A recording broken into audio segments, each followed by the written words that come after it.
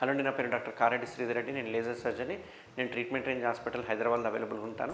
Fistula అంటే ఏంటి, అసలు ఆ ఫిస్టులాలు ఎందుకు వస్తుంటాయి అంటే, అంతకుముందు అంటే ఒక 1 ఇయర్కో 2 ఇయర్స్ బ్యాక్ చాలామందికి అప్పుడు గడ్డలు అవుతూ ఉంటాయి. ఆ గడ్డలు ఏవైతే ఉన్నాయో మనం పట్టించుకోకుండా మందులు తిని అదంతకదే పగిలిపోయేంత వరకు వెయిట్ చేస్తే అది పగలడమే కాకుండా లోపలికి కూడా సొరంగం మార్గం చేసుకొని మోషన్ ద్వారంలో కూడా పగిలిపోతూ ఉంటాయి.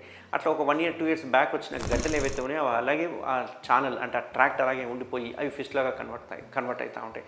అందుకే ఫిస్టులా అనేది సడన్గా ఎవరికి డెవలప్ అవ్వదు. ఫస్ట్ గడ్డ డెవలప్ అయ్యి ఆ గడ్డ పగిలిన తర్వాత ఫిస్టులా డెవలప్ అవుతుంటుంది. సో ఫిస్టులాలు కూడా చాలా రకాలు ఉంటాయి. ఆ రకాన్ని బట్టి మనం ట్రీట్మెంట్ చేస్తుంటాం. చాలామందికి కోత ఆపరేషన్ గురించి ఐడియా ఉంది.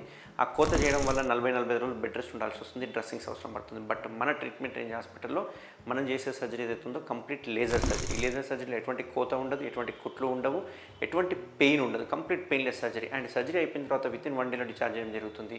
వాళ్ళు యథావిధిగా వాళ్ళ విధులకు వెళ్ళిపోవచ్చు. ఎందుకంటే దీనికి ఎటువంటి డ్రెస్సింగ్స్ కానీ, ఎటువంటి పథ్యం కానీ, ఎటువంటి బెడ్ రెస్ట్ కానీ అవసరం ఉండదు. అండ్ రికరెన్స్ కూడా చూసుకుంటే కనుక ఓపెన్తో పోలిస్తే లేజర్లో చాలా మంచి రిజల్ట్స్ ఉంటాయి. ఎవరికైనా ఫిస్టులా ఉంటే తప్పకుండా నన్ను కన్సల్ట్ అవ్వండి. Thank you very much.